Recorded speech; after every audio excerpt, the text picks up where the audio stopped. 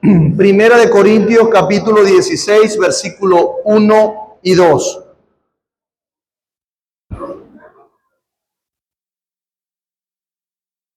¿Lo tienen? Primera de Corintios,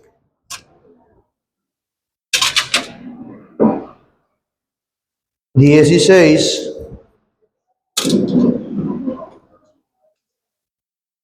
1 y 2. ¿Lo tenemos? Ya va, que estoy desarmando esto otra vez, que siempre me olvida, ¿vale?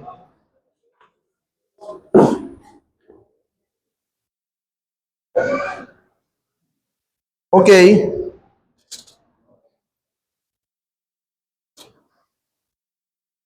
¿Alguien que lo lea, por favor? Primera de Corintios, capítulo 16, versículos 1 y 2. Leemos y oramos. En cuanto a la ofrenda para los santos, haced vosotros también de la manera que ordene en las iglesias de Galacia. Cada primer día de la semana, cada uno de vosotros ponga aparte algo según haya prosperado, guardándolo para que cuando yo llegue no se recojan entonces ofrendas. Oramos. Padre, quiero darte gracias por tus misericordias y por tu bondad. Gracias por permitirnos estar aquí.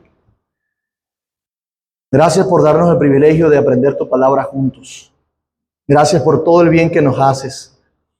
Gracias por insistir en amarnos, en perdonarnos.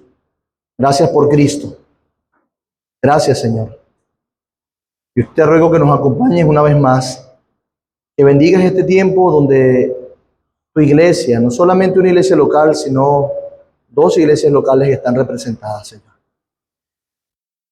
Esto sea un recordatorio de que pronto, cuando tú regreses, estará todo tu pueblo, toda tu iglesia, unida para adorarte por siempre.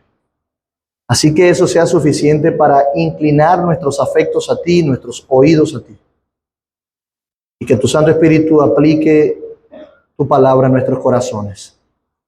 Te lo ruego, Dios, en el nombre de Jesús. Amén. Esto tiene como mucho eco o mucha ganancia. No me siento como cómodo. ¿Será que le bajamos un poquito? ¿Sí? Le bajamos un poquito, por favor. Disculpa la molestia. Yo sé que tú sabes tus cosas, hermano, pero una sugerencia. Gracias. Ok, hermanos, continuamos con nuestro estudio de la confesión de fe. No es el estudio de la confesión de fe, sino el estudio de la Constitución. Muy bien. Ya colocarán sus teléfonos en silencio, que no se les olvide. Penitencia para que... ¿Qué hemos visto hasta ahora? Hasta ahora hemos visto varias cosas, pero lo último a lo que hemos hecho referencia es al artículo 6, que nos habla de los miembros de la iglesia.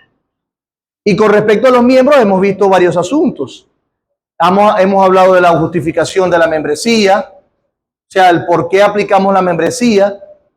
Colocamos una justificación allí en la Constitución. Luego vimos acerca de los requisitos generales de la membresía o para ser miembros. Luego hablamos de las clases de miembros propuestas en la Constitución. Luego hablamos de los procedimientos en la recepción de miembros, investigación pastoral, la participación de la congregación, y luego hablar de los procedimientos de la recepción de miembros. ¿Vale? Hablamos de la conducta requerida de los miembros. Y esto responde naturalmente a lo que la Biblia enseña con respecto a la profesión de fe de cualquier individuo. La Biblia enseña que cuando alguien es salvo por gracia, por medio de la fe, entonces no solamente forma parte del pueblo de Dios universal o invisible, sino que forma parte del pueblo de Dios localmente. Dios espera que todos aquellos que le amen, que crean en Él, que descansen en Cristo, formen parte de una iglesia local. En consecuencia, se hagan miembros de una iglesia. Como decíamos, un miembro de una iglesia es un cristiano con iglesia. Y además, un miembro de una iglesia es simplemente un cristiano supervisado o cuidado, protegido por Dios a través de su iglesia. Y luego que forma parte de esa iglesia, por cuanto es protegido, por cuanto Dios lo involucra en su iglesia local, entonces se espera de esa persona, a la luz de su conversión, a la luz de lo que Dios ha hecho, porque Dios salva y transforma a los hombres. No los salva y ellos siguen en sus pecados, no. Les da un nuevo corazón. Los transforma, les da vida. Los levanta de los muertos a la vida. Y si esto es así, entonces hay una novedad de vida. Por eso que esta iglesia se llama Vida Nueva, o Nueva Vida, valga la cuña, ¿no? Nueva vida, porque se espera que los que forman parte de esta iglesia tengan una nueva vida. No por los esfuerzos propios, como veíamos en la clase de discipulado inicial hoy, sino a la luz de la gracia de Dios dispensada en la persona de Cristo Jesús. Dios nos transforma, nos da de su espíritu y por eso se espera una conducta de los miembros. Cuando estamos hablando de formalidades y cosas institucionales en la iglesia, solemos pensar que son doctrinas de hombres, que son cosas impuestas por los hombres de manera deliberada para forzar, condicionar y coartar las libertades de las personas que quieren buscar genuinamente a Dios. Pero no es eso lo que nosotros queremos hacer, ni lo que estamos diciendo como iglesia cuando hablamos de una constitución. No es eso lo que las iglesias históricas que tenemos una herencia reformada queremos hacer cuando tenemos una constitución y una confesión como iglesia. Lo que sí queremos hacer es poner por escrito y plasmado de una manera sistematizada algunos principios bíblicos que Dios nos dejó en su palabra para vivir como iglesia, lo que debemos creer a la luz de su palabra, cómo debemos vivir a la luz de su palabra, cómo debemos vivir como iglesia, no solamente como individuo, sino como iglesia a la luz de su palabra. Y sí, la Biblia dice que el que cree, entonces se santifica o busca a Dios o ama a Dios, crece en piedad, se aparta de sus pecados. En otras palabras, hay una conducta que la Biblia espera para los miembros de la iglesia, o en otras palabras, para los cristianos. ¿Sí lo ven? Entonces eso es nuestra constitución. Estamos describiendo lo que entendemos según las Escrituras y cómo actuamos y lo que esperamos de las personas según las Escrituras. Y en una de las cosas que hablamos, en primer lugar, con respecto a la conducta requerida de los miembros, es su deseo, su disposición, su inclinación a la luz de la obra de Cristo en él, de asistir a las reuniones establecidas en la iglesia. Por supuesto, porque Dios nos salva y nos enseña que hay un día que Él ha apartado para que su pueblo se reúna a reconocer el gobierno de Dios sobre él. Que se reúna a santificar al Creador, donde reconocemos que finalmente dependemos de Él. Que este día es para que nosotros podamos complacernos en Él, adorarle y celebrar la resurrección de Cristo. Recuerden el Salmo 128. Ese es el día que Dios ha elegido donde nos gozaremos y nos alegraremos. ¿En qué día? Donde aquella piedra que desecharon los edificadores llegó a ser cabeza del ángulo. El domingo, la resurrección, ya lo anticipaban las Escrituras, y además el día de reposo, el reposo cristiano, como dice la confesión de fe. Y también nos debemos reunir, no solamente porque Dios lo espera, es una manera de identificar al pueblo de Dios como en su momento fue en el antiguo pacto, sino que también podemos reunirnos y debemos reunirnos a orar. ¿Recuerdan los cultos de oración?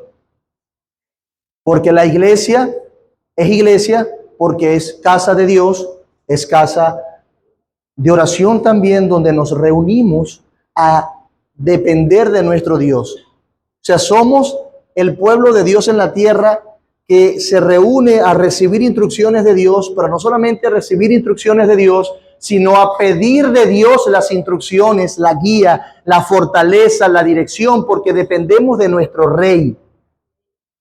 Por eso oramos como iglesia. Por eso las iglesias tienen un culto de oración. Y por supuesto, seguramente hay que tratar algunos asuntos dentro de la iglesia, de planificación, de logística, de recepción de miembros, como lo vimos anteriormente, y para eso existen nuestras asambleas de miembros o nuestras reuniones de negocio, dirían otras constituciones o políticas eclesiásticas. Bien, de allí que parte de la conducta requerida de los miembros sea precisamente que nos congreguemos, en otras palabras. Y es allí donde entonces brilla aquel pasaje de Hebreos capítulo 10, no dejando como algunos tienen por costumbre. Sí, si se te deja de congregar, cómo se animan al amor y a las buenas obras, según el contexto de ese pasaje. Ok, además de la asistencia a las reuniones establecidas, sigue, por favor. Es importante, aquí, que hay un compromiso a nuestras normas como cuerpo. Y una de las cosas que se exaltaba era este pasaje de Efesios 4, del 1 al 6, donde se nos insta a que podamos vivir en unidad, una misma fe. ¿Recuerdan? Procurar la paz entre nosotros. ¿Cómo estarán dos juntos si no se ponen? Y eso es uno de los principios donde descansa nuestra confesionalidad y que nos apeguemos a una constitución. Por lo tanto, es importante que tú conozcas por la unidad de la iglesia, esto ya lo vimos, solamente estoy repasando, que conozcas qué creemos y cómo vivimos, cómo aplicamos lo que creemos que sería nuestra constitución. Por eso se recomendó enseñarse en la constitución cada 5 años y además los miembros de la iglesia leer por lo menos una vez al año la constitución y la confesión de fe.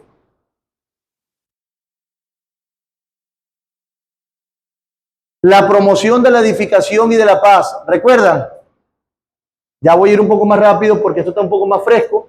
La idea aquí era recordar a través de la Constitución que estamos llamados a vivir como un cuerpo, buscando la paz y la unidad, mientras cultivamos el conocimiento mutuo, y mantener una veracidad y transparencia mutua para que pueda orar mejor unos por otros, amarse, consolarse, animarse unos a otros y ayudarse unos a otros materialmente según requiera la necesidad.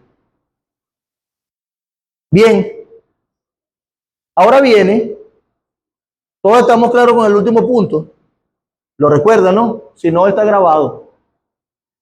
Ahora viene esto que no me gusta hablarlo. Gracias a Dios está el pastor Alexander con nosotros, que quizás él pueda darle una mano a hablar de este apoyo y sumisión al presbiterio, ¿no? Dale un poquito más arriba, disculpa, que creo que nos saltamos algo. Dale. Aquí, viste que sí era importante. Esto es lo que no quería. Pero bueno, soy pastor, ¿verdad? Y tengo que decirlo, pastor Alexander, cualquier cosa que usted pueda decir aquí, sostenimiento financiero de la obra de la iglesia, cabe. Ok. ¿Qué se espera de los miembros de la iglesia? ¿Cuál es la conducta requerida de los miembros de la iglesia con respecto a las finanzas? Aquí lo describimos, lo leo para ustedes, así que por favor preste atención. Ya que se enseña claramente en la Escritura que los cristianos deben mantener financieramente la obra del Señor por donación sistemática y proporcional a sus ingresos, hecha a través de la iglesia local, se espera que todos los miembros de la iglesia se conformen con esta regla de la Escritura. Por eso termina así ese párrafo. Conforme a esta regla, ¿de quién? ¿De quién? Muy bien. De la Escritura. A cada miembro se le demanda ofrendar de acuerdo a la gracia conferida por Dios financieramente y a la solicitud de su solicitud de su corazón.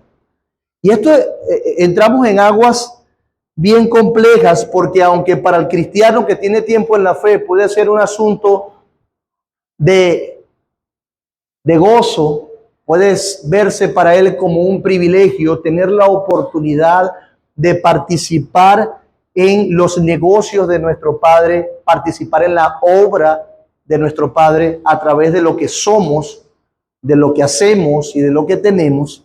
Ciertamente,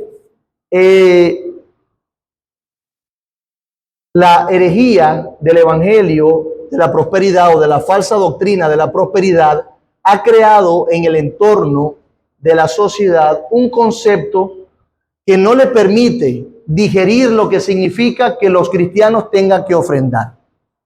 Y una de las razones por las cuales no les permite digerir eso es porque hay algunos hombres que se han encargado de malinterpretar las escrituras, sacarlas de su contexto, con tal de sacarle partida a las personas.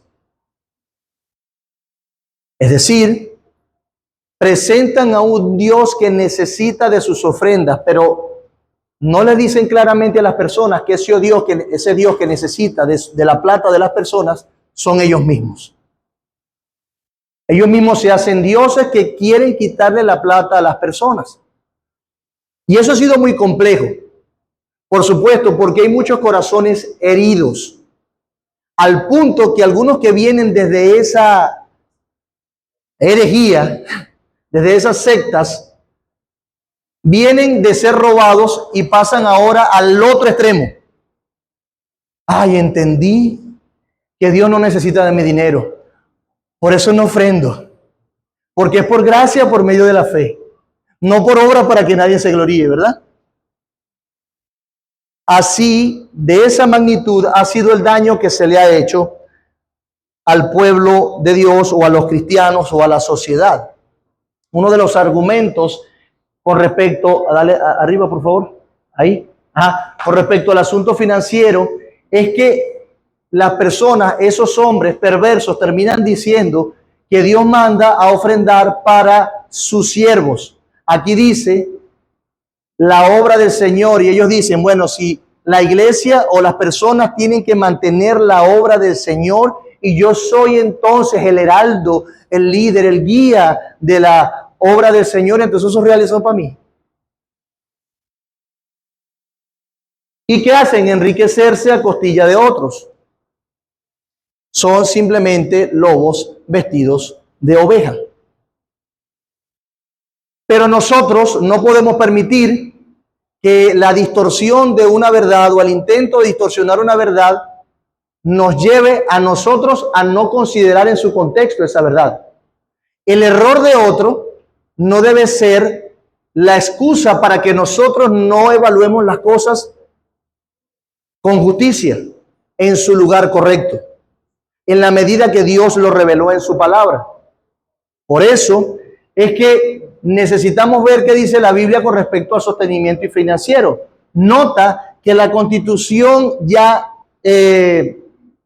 entiende que la Biblia enseña eso, ya que se enseña claramente en la Escritura que los cristianos deben mantener financieramente la obra del Señor por donación sistemática y proporcional a sus ingresos hechas a través de la iglesia local. Nota que ya ella, por implicación, está comunicando que los cristianos saben eso. Y aquí hay algunos versículos, como por ejemplo lo que leímos ahorita en 1 Corintios 16, donde Pablo le amonesta a los de Corinto que aparten algo de dinero. En cuanto a la ofrenda para los santos, haced vosotros también de la manera que ordené a las iglesias de Galacia. Es decir, que Pablo ya había ordenado a otras iglesias que hicieran esta práctica. Cada primer día de la semana, ¿cuál es el primer día de la semana?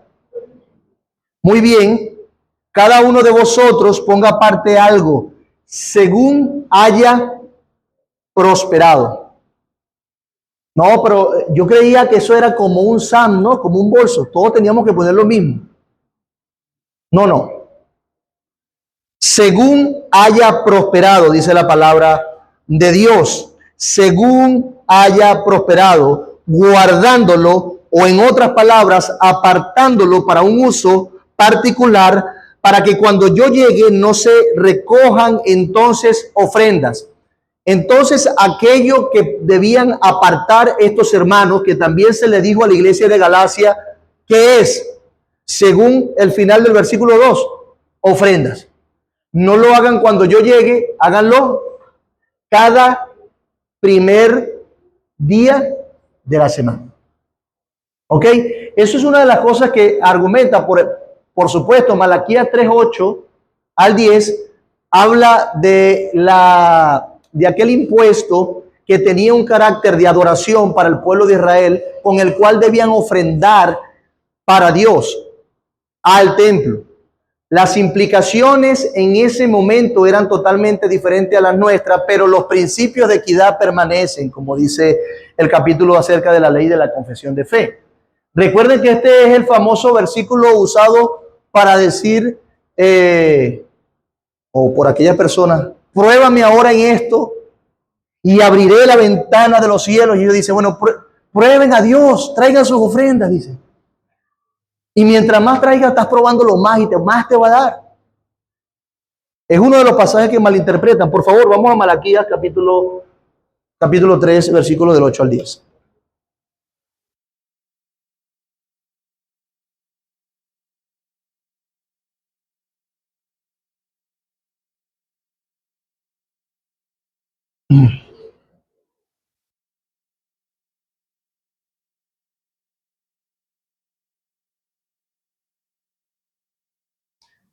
Un valiente que por favor pueda leerlo.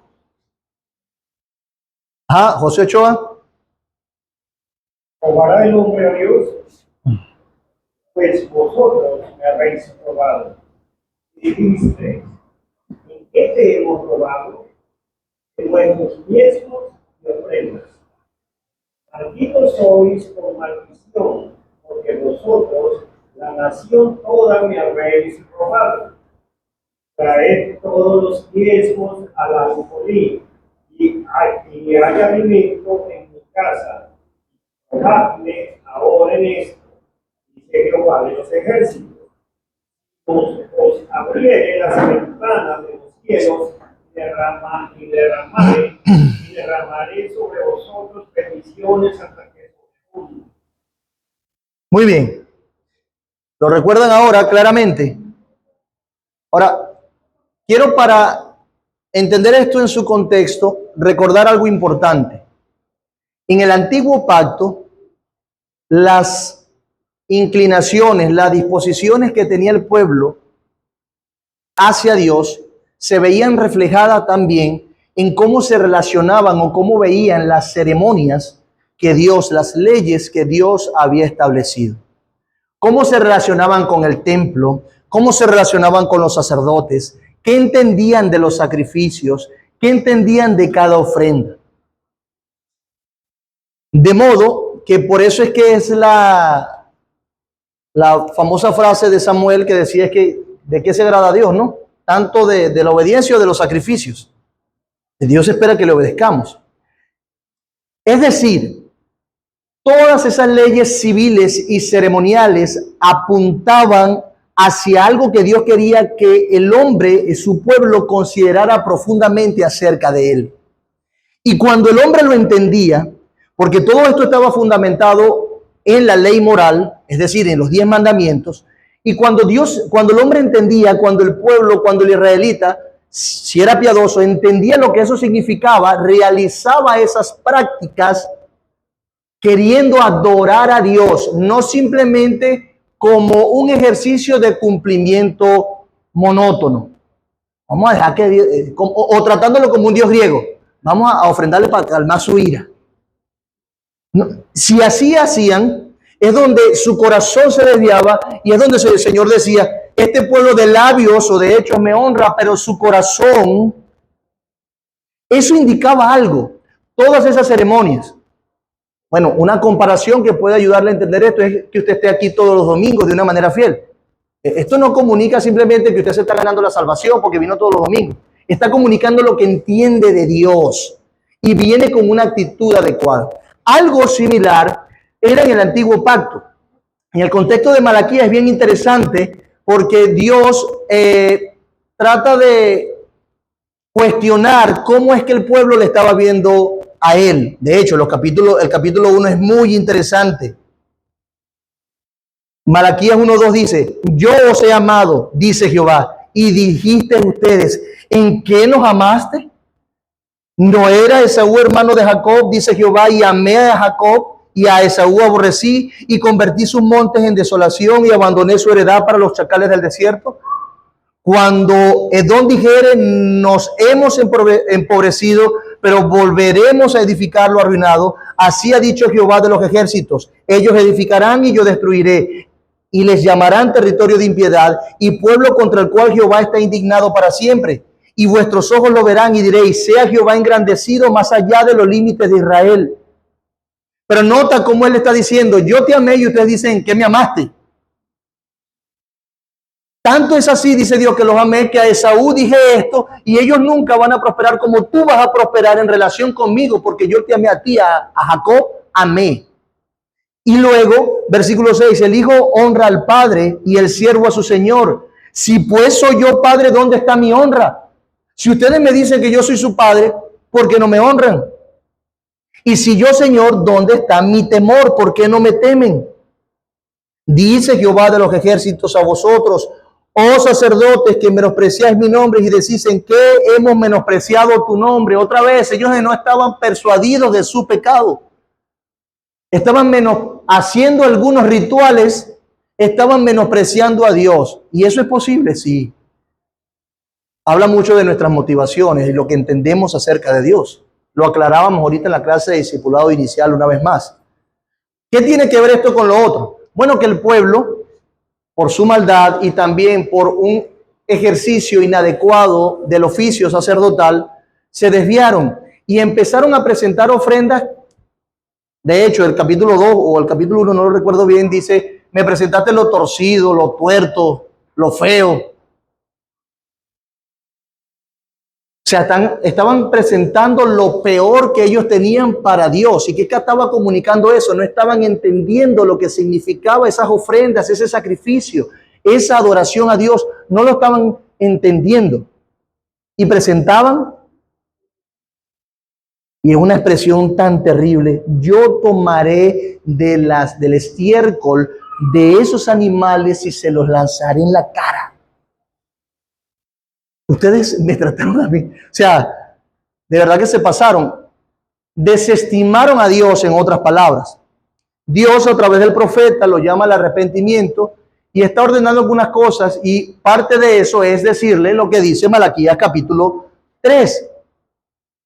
En los versículos que ya leímos. ¿Robará el hombre a Dios? Pues vosotros me habéis robado. Es una afirmación. ¿En qué te hemos robado? Fíjate que es el mismo patrón de preguntas. ¿En qué te hemos robado? También en vuestros diezmos y ofrendas. Ustedes no lo presentaron y cuando lo presentaron de mala manera. Porque dice, maldito soy con maldición porque me habéis robado. Traed todos los diezmos al alfolí y hay alimento en mi casa. Pero, ¿para qué se usaban esas ofrendas? ¿Para qué se usaban esos diezmos? ¿Lo recuerdan? Alguien que me diga, vamos a Ángelo. Muy bien, sostenimiento de la oración en su nombre. ¿Qué más?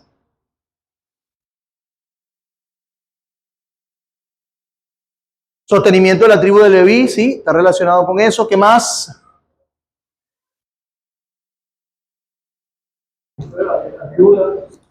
Muy bien, los necesitados.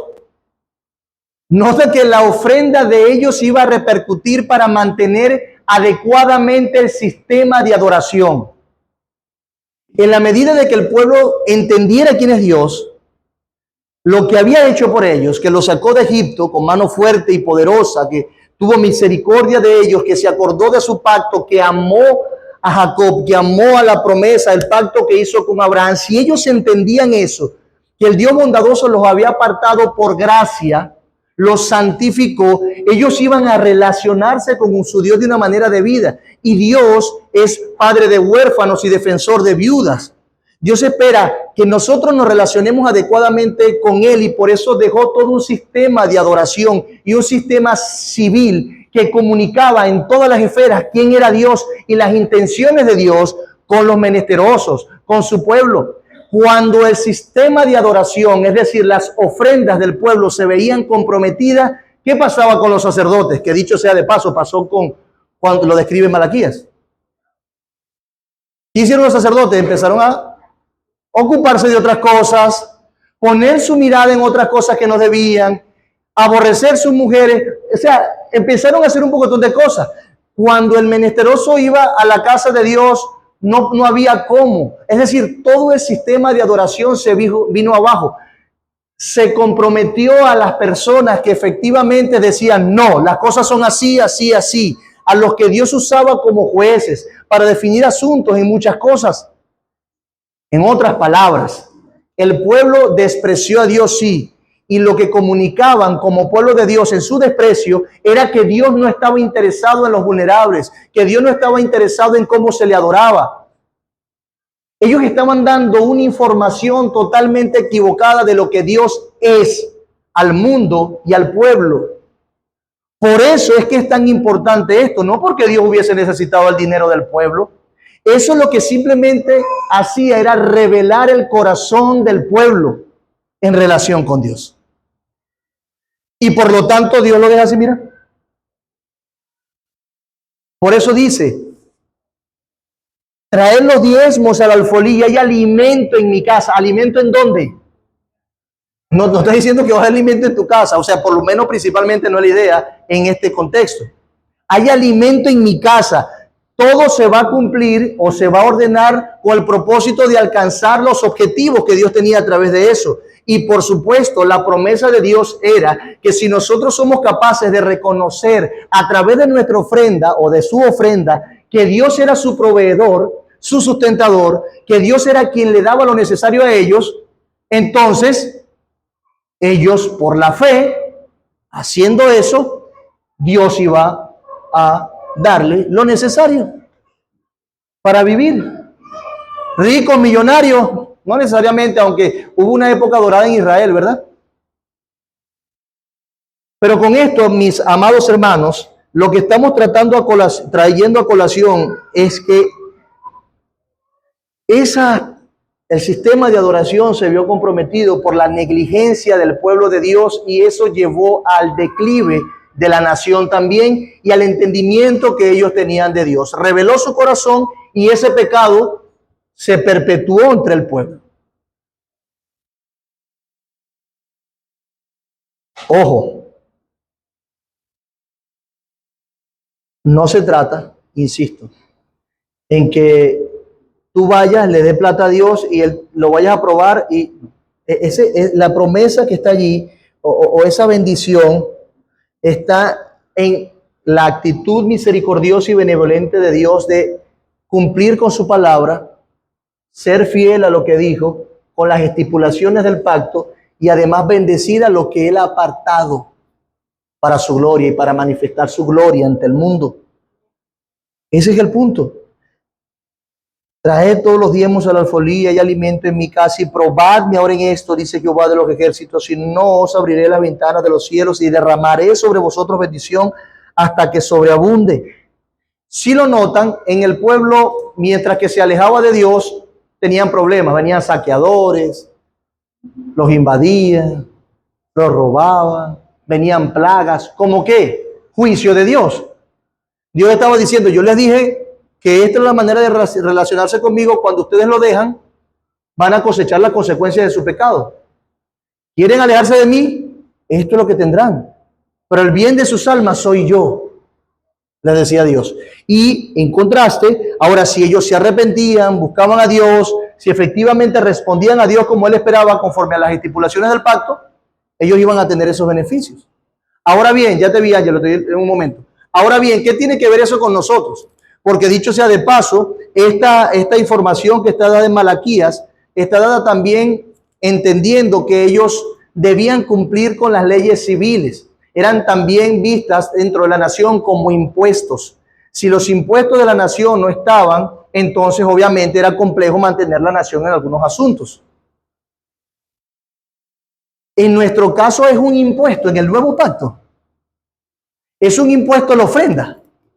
Somos nosotros el Israel étnico para que se demande de nosotros un impuesto específico para solventar algunos asuntos de la nación, como si la iglesia fuera la nación. En ese aspecto no es un impuesto para nosotros. De hecho, no estamos bajo el antiguo pacto. Estamos bajo el nuevo pacto. Y créanme, que algunos dirán, ay, gracias a Dios no estamos bajo el viejo pacto. No tengo que pagar ese 30 y pico de por ciento, 10% y hacer esto. Porque esa es nuestra mente, ¿no? Bueno, hermano, pero que si su alivio era por pecado de su corazón, créanme que no se alivie. Porque si el antiguo pacto era viejo y peor, el antiguo o el nuevo pacto ahora es nuevo y mejor. Las implicaciones de tu relación con Dios parece que ahora son de un carácter mucho más elevado. Ahora tu relación con Dios no es a través de tipos o de sombras, es a través de una realidad gloriosa que alcanzamos o que se alcanzó en Cristo Jesús. Porque no hay un cordero que sacrificar todas las semanas, todos los años, todos los días, sino que hay un cordero inmolado que ya se sacrificó, ya se entregó, como bien resalta la confesión de fe. Todo eso era una sombra y fue cumplido en Cristo. Lo que se mantiene ahora son los principios de equidad. ¿Qué nos enseña este pasaje? ¿Qué principio? ¿Qué nos habla acerca de Dios?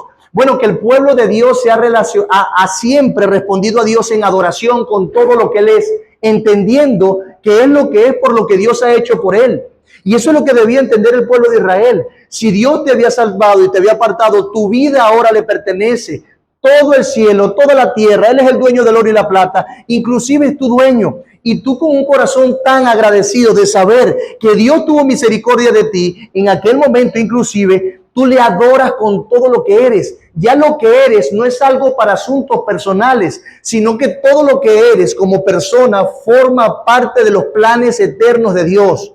Eres un agente divino apartado por Dios para ser luz a través de todo lo que eres y tienes. Por eso la administración, ese principio de equidad se trae hasta ahora recordando y exaltando que Cristo ya pagó por nosotros todo lo que debíamos pagar. Y por lo tanto la respuesta de agradecimiento, de adoración del pueblo de Dios es, Señor, todo te pertenece. Por eso es que se espera. Es un patrón bíblico y además de ser un patrón bíblico, es claro que es la respuesta de un corazón regenerado que entiende quién es Dios y qué Dios ha hecho por él. Por eso es que si lo vemos de esa manera, ¡wow! El nuevo pacto no es por impuesto, no es por obligación, no es porque sea de la etnia de Judá, no tenemos que hacer primicias, olvídense de eso. No tenemos que hacer fiestas judías, olvídense de eso, porque en Cristo ya se ha cumplido eso. Ahora como iglesia lo que sí estamos es inclinados por el Evangelio, es a dar frutos donde se demuestre efectivamente que nosotros amamos a Dios y al pueblo de Dios y traemos nuestras ofrendas para mantener la obra del Señor. Ojo, la obra del Señor no es traer y mantener financieramente al pastor. No es lo que quiero decir allí, aunque la obra del Señor implica que la iglesia sostenga a sus pastores o los cuide. Pero valgo la salvedad porque tú sabes cómo es la malinterpretación. Por tanto, la obra del Señor, ¿qué es? ¿Cuál es la obra del Señor? ¿Cuál es la obra de la iglesia?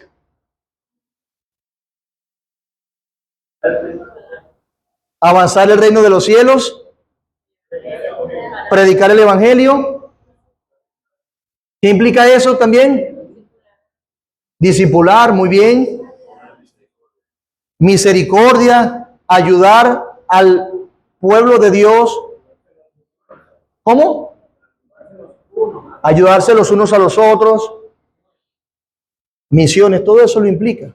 Si hablamos de los propósitos de la iglesia tiene como propósito, Dios tiene como propósito a través de su iglesia santificar a su iglesia a Dios. Entonces, esta ofrenda, ¿para qué se usa?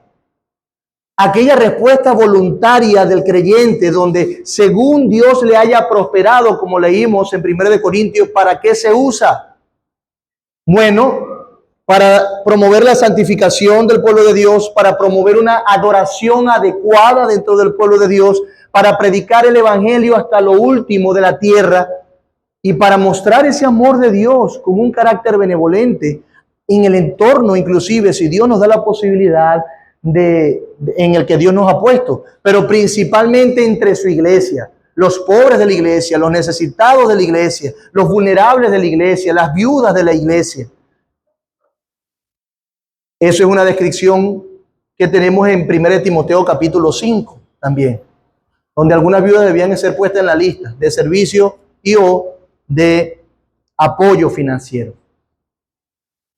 Por eso, mis amados, es que nosotros tenemos este asunto de la obra del Señor, ya que se enseña claramente en la Escritura, allí está, que los cristianos deben mantener financieramente la obra del Señor por donación sistemática y proporcional a sus ingresos, hecha a través de la iglesia, no es a través de enlace. No es que sentiste un calorcito cuando viste a alguien diciendo alguna frase en la televisión y mandaste, porque ese simplemente es un medio que usan para, lamentablemente, quitarle a los demás. Es a través de la iglesia local. ¿A quién Dios le ha dado la responsabilidad de administrar esos recursos? A la iglesia local. ¿Y a quién dentro de la iglesia local? A los diáconos bajo el liderazgo, la guía. ¿De quiénes? De los pastores. Por eso es que se esperan algunos requisitos particulares para el ministerio diaconal y el ministerio pastoral. Así que, hermanos, este asunto de la ofrenda, para ser un poco más concreto, siempre ha existido dentro del pueblo de Dios. El pueblo de Dios se ha relacionado, ha presentado ofrenda a Dios para adorar. Adorar no es querer ganar el favor de Dios. Por favor, quítese eso de la mente. Adorar no es tratar de manipular a Dios, porque puede ser con las ofrendas, pero también puede ser con, vengo y alzo mis manos, al domingo tuve santo fogoso, no, hombre, Señor. ¿Y en la semana? ¿Mi vida qué es? ¿El producto de una hipocresía? ¿Qué es? La adoración no es para torcer el brazo de Dios, la ofrenda no es para torcer el brazo de Dios. Dios, ya te di, tengo que salir de esta deuda. No. Siempre Dios ha revelado en su palabra que la adoración o la ofrenda es una respuesta de adoración de un corazón entendido que conoce quién es su Dios y cómo Dios ha condescendido para hacerle bien, porque sabe que todo le pertenece y sabe y entiende en alguna medida los propósitos y los planes eternos de Dios. Desde aquella ofrenda de Abel, pasando por los sacrificios de David, llegando a aquel precioso sacrificio de la cruz del Calvario. Luego, aprendiendo de eso y yendo a la iglesia, siempre ha sido así. Dios ha condescendido a salvar a pecadores. Cristo ya se dio. De hecho, el ejemplo que pone Pablo es que Cristo se hizo pobre para hacernos ricos y lo usa como una motivación para que nosotros podamos tener el mismo sentir que Él. ¿Ok? Ángelo.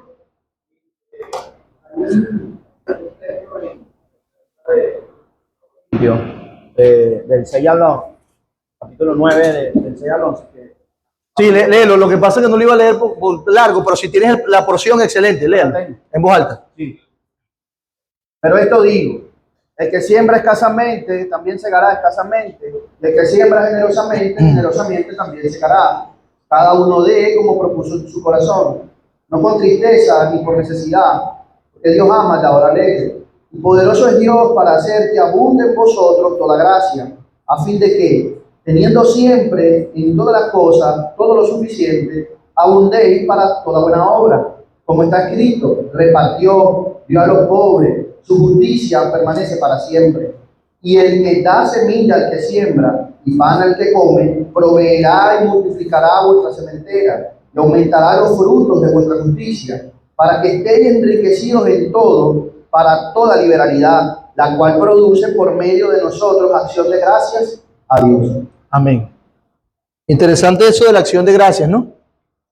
Pablo no solamente estaba preocupado por llenar los estómagos de las personas en otra iglesia, también estaba preocupado ¿por qué? Porque las personas respondieran en adoración y agradecimiento a Dios. ¿Qué les parece? A veces nuestra motivación por ayudar a alguien es decir, no, yo lo ayudé, él sabe que fui yo, que lo diga. Pero nuestra ofrenda debe ser pensar en que la gente responda a Dios. Dios se ha acercado a ellos a través de ese beneficio. Sea que lo dé personalmente o a través de la iglesia, que debe ser principalmente. Y las personas deben ver a Dios. Y por eso ese es el asunto de la benevolencia, de la misericordia. Que vean a Dios cuidando. Henry. El micrófono, disculpe mi hermano, por favor. Algo que creo que también es importante resaltar Dáselo ahí, que lo tome allí para que no... Algo importante para resaltar, creo que es la manera también transparente en que las iglesias bautistas reformadas, a pesar de la autonomía y la independencia que gozamos de ello, creo que es importante resaltar la transparencia en que no solamente hay una ofrenda para el sostenimiento pastoral y algunas cosas dentro de la actividad eclesiástica, ¿sí? Y misiones y todas estas cosas. También hay asambleas dentro de la Iglesia Bautista Reformada donde se rinde cuentas. Muy bien. Transparencia. Claro. Con respecto a estos asuntos, que no es que, como bien dice de estas falsas doctrinas, que se les da dinero, llaman a las personas a que ofrenden, a que entreguen todo hasta la vida, pero no se les dice para qué. Excelente. Y creo que es algo que es bueno también resaltar por una parte. Mirándolo desde el Antiguo Testamento, ¿sí? Porque el problema de la nación con respecto a Malaquías, que creo que es bien importante, porque a veces tenemos en la mente que eran 2 o 3 sacerdotes lo que se sostenía. Sí, no, estamos hablando de cientos de miles de personas que estaban en gran parte dedicados mientras crecían por un tiempo específico, y desde números, cuando el Señor los saca del desierto, cuando establece el pueblo, ¿verdad? Cuando establece a los levitas, los divide en 3 porciones de los levitas, y les dice claramente las responsabilidades que ellos tienen. Y cuando en alguna medida no había esa transparencia, por ejemplo, tenemos el caso de Elí y los hijos de Elí, entonces nosotros vemos que también Dios reprendía fuertemente. Claro, eso. sí. Entonces, de manera particular, de manera nacional, y también es algo que podemos ver esa transparencia en el nuevo pacto, en la iglesia. En la iglesia, correcto. Gracias, mi hermano. Sí, así es. Qué bueno recordar eso, porque de verdad, como estamos acostumbrados a ver un pastor, medio pastor, sin pastor, 2 pastores, creemos que en el antiguo pacto era así nada más. ¿Recuerdan la ciudad de refugio que estaban en algunos lugares? Bueno, cuando la persona iba a refugiarse tenía que llamar al sacerdote y ellos ayudaban y si había alguien impuro por aquel lado, los sacerdotes, o sea, de verdad que era una cuestión bien organizada. Pero gracias, mi hermano, gracias, Ángelo, también por ilustrar con esa parte de Corintios. Con respecto a lo que dice Henry, es importante también decirlo, gracias, mi hermano, porque ciertamente aquí vemos que es responsabilidad del cristiano, y si es responsabilidad del cristiano, es una respuesta natural del cristiano ofrendar, entonces, si es miembro de la iglesia, tiene que ofrendar, no porque el pastor se lo impone, no porque la membresía se lo impone, porque la palabra de Dios se lo impone, o no se lo impone, le enseña que es así, y por supuesto, como Dios puede imponerlo, está bien que lo imponga, Él es Dios, Él es el dueño de nosotros. Ahora bien, si la palabra de Dios lo enseña, la responsabilidad del pastor es cultivar eso en los corazones de los hermanos en la medida adecuada, en el contexto adecuado, bajo las circunstancias adecuadas, exponiendo el pasaje bíblico, no manipulándolos para eso. Y además, entonces la iglesia va a funcionar animándose entre ellos para ser fieles en este asunto. Y si somos prácticos, nos damos cuenta Aún si nosotros pensáramos que todo lo que tenemos es porque nos lo regalaron y ya, o pudiese pasar así, supongamos que fue así, que nos lo regalamos. Hablo de estructura, de aire acondicionado, hablo de todo lo que nosotros podemos tener en este lugar para funcionar como iglesia. Hablo de los libros que leemos, de la Biblia física que usamos, del púlpito y todo eso. Supongamos que nos lo regalaron. ¿De dónde salió eso? La ofrenda de Bill Gates no llegó hasta aquí. Eso no viene de la filantropía, de aquellas personas que se dedican a callar sus conciencias a través de regalar muchos millones de dólares, sino de la iglesia de Dios, si fuese el caso, que se ha reunido como iglesia, ha entendido su lugar en el reino, han apartado dinero para que el reino de los cielos avance en todo el mundo. Y podemos, si fuera el caso, pero no siempre es así. No todas las iglesias del mundo tienen otra iglesia con más posibilidades económicas que la ayude. Y deben hacer lo que podemos llamar de manera coloquial la autogestión. ¿Cómo? A través de lo que ya explicamos. Cómo se pagan las cosas, cómo se pagan los servicios, cómo se compran las cosas, cómo se paga el mantenimiento del lugar. Se necesita dinero, ¿sí o no? ¿Y ese dinero de dónde proviene? De la adoración del pueblo de Dios. Entonces, si las cosas son así, no creamos que viene de la nada, no, producto de eso. Por eso es que usted ve una iglesia que crece, porque sus miembros son fieles en esto, no solamente en su adoración con las finanzas, sino en su vida entera, y tú la ves que crece y tiene la facultad de ayudar a otros lugares, y otros que van poquito a poco allí. Por ejemplo, aquellos que no han pintado la pared, que no la han frisado, que no tienen el lado de este lado, que no tienen lámpara bonita, ¿sabes? Como eso, que no han arreglado esta placa. Ustedes tienen fe, ¿oyeron? Pero el asunto con esto es que lo veamos también de esa manera para que entendamos. Y por supuesto, pastor, ¿y entonces quién audita? ¿Quién hace la auditoría del uso de las finanzas en la iglesia? ¿Te imaginas que le hagan una auditoría así de verdad a, qué sé yo, a Maranata? Es difícil, ¿no? Bueno, parece que lo auditaron una vez y algunos saben para dónde llevaron a la persona que lidera eso. Pero el asunto es que Henry declaró muy bien. Henry, nosotros rendimos cuenta, o la auditoría la hace Dios a través de su propia iglesia. Cada tanto se presenta un informe de finanzas de cómo se usó el dinero. Hay facturas, está todo eso.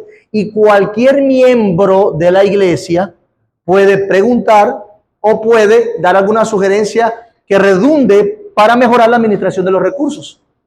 ¿Quién es la responsabilidad principal? Los diáconos, guiados por los pastores. Hace 2 semanas la Iglesia Bíblica Colonia y Baluarte de la Verdad presentó su informe de finanzas. Nosotros este año, como Nueva Vida, vamos a presentar nuestro informe de finanzas. ¿Por qué? Porque primero ese dinero no es nuestro, es de Dios. Y uno de los pasajes que me aterra, digo que me aterra porque me aterra, es Hechos 20:28. Pablo le dice a los ancianos de Éfeso: velad por ustedes y por la grey de Dios, donde el Espíritu Santo los ha puesto como obispos para apacentar la grey de Dios, la cual él o el Señor ganó con su propia sangre. La iglesia no es mía ni de ninguno de nosotros en ese sentido. Otro fue el que nos puso, el que nos contrató, el Espíritu Santo, en el caso de los ancianos, de los ministros. Y además, el precio con que se ganó esa iglesia. ¿No le pasa a ustedes? No, yo no voy a andar en este carro prestado tan caro si se les daña algo. Costó mucho. Quiero simplemente invitarles a pensar en lo que significa la administración de los recursos de Dios en la iglesia local. Pero tú eres un recurso divino, tú le perteneces a Dios, y también debería aterrorizarte cómo estás administrando tu propia vida, lo que tienes y lo que eres. Así que esta manera o esto que estamos diciendo nos informa como un acto de adoración, no simplemente como un requisito para que seas miembro. como un acto de adoración, porque ¿sabes qué? Algunos van a tener mucho para dar, otros muy poco. Pero ¿qué? Es mejor ofrenda, es de olor más fragante el que da muchísimo que el que da poquitísimo. Si respetamos lo que hemos dicho hasta ahora, entonces aquel que Dios le ha prosperado poco conforme a su voluntad, o el que está en una situación más sencilla y da poco, es una ofrenda de olor fragante para Dios también. Es una adoración. ¿Tú sabes que sí es algo más complejo? Que tú no tengas la inclinación en tu corazón porque estás esperando hacer como el otro para ofrendar, sin olvidarte que el que te sustenta con lo mucho es el mismo que te sustenta en lo poco. No, es que el pastor está esperando que sea de $100 para arriba. Lejos. El Señor nos guarda, hermanos, conforme a lo que Dios le ha prosperado. He escuchado de algunos, ay, que me da pena, ¿cómo voy a dar 500 bolívares, 200 bolívares? ¿A quién le está dando esa ofrenda? Al pastor. ¿Quién es el que sabe en qué situación estás, lo que estás padeciendo, lo que estás viviendo? ¿A quién oras? Cristo está en su trono. Él. Entonces, hazlo para Él. Y ora para que esa mucha o poca cantidad sea administrada para la gloria de Dios. Descansando en Él. No esperamos que policías, para ver, ¿qué pasó? La factura de eso, ese aire, ¿qué pasó? El ventilador, la factura, la luz. No. Hay gente que usted ya, o que Dios apartó a través de la confirmación de la iglesia para administrar esos recursos. ¿Ok? Descansamos en ellos hasta el informe de finanzas. Ya que se enseña claramente en la Escritura que los cristianos deben mantener financieramente la obra del Señor por donación sistemática y proporcional a sus ingresos, hecha a través de la iglesia local, se espera que todos los miembros de la iglesia se conformen con estas reglas de la Escritura. A cada miembro se le demanda ofrendar de acuerdo a la gracia conferida por Dios financieramente y a la solicitud de su corazón. A la solicitud de su corazón. Pudiésemos también revisar algunos pasajes más, pero se nos acabó el tiempo. ¿Okay? ¿Alguna duda, alguna pregunta?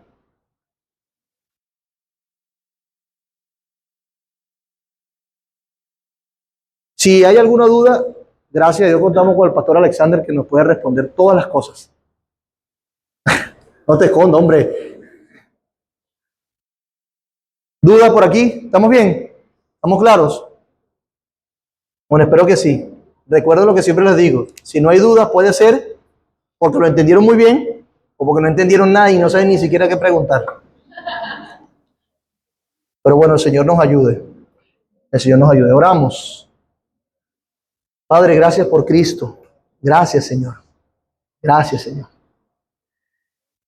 Qué bueno has sido tú al darnos a tu Hijo, al condescender. Gracias, Jesús, por entregarte, por hacerte pobre por nosotros, para que nosotros fuéramos enriquecidos en ti. Gracias por salvarnos. Gracias por abrir nuestros ojos. Y gracias porque nos permites entender por tu Espíritu mucho más lo que enseña tu palabra. Y yo te ruego que seamos hacedores de tu palabra y que lo hagamos de verdad. Cultiva en nosotros un corazón sincero. Aléjanos de la hipocresía. Por favor, que nuestras vidas respondan en adoración a ti, en gratitud. Porque tú eres quien nos ha sustentado hasta ahora. Y yo te ruego también para que tu iglesia pueda responder con fidelidad ante estos asuntos que pueden ser muy delicados. Padre, yo te ruego que tengamos en claro como iglesia tus propósitos eternos para poder llevarlos a cabo aquí en la tierra con tu ayuda. Que no descuidemos a los vulnerables, a las viudas, a los huérfanos entre nosotros. Que cuidemos de aquello que tú nos has dado para cuidar.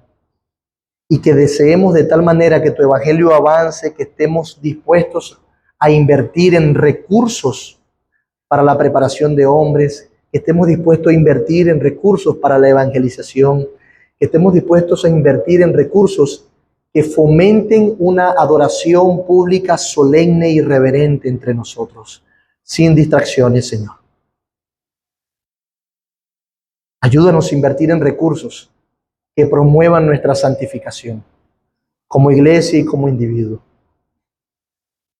Perdónanos, porque estoy convencido de que hemos sido negligentes. Perdónanos, Señor. Y ayúdanos a serte fiel a ti. Gracias por aclarar algunas cosas en nuestros corazones. Y yo te ruego también para que aquellos que no han creído en ti, tú los salves. Y que al entender esta verdad evangélica puedan recordar que Cristo se dio como sacrificio y ofrenda para salvar a pecadores. Que puedan creer en ti, Señor. En el nombre de Jesús. Amén.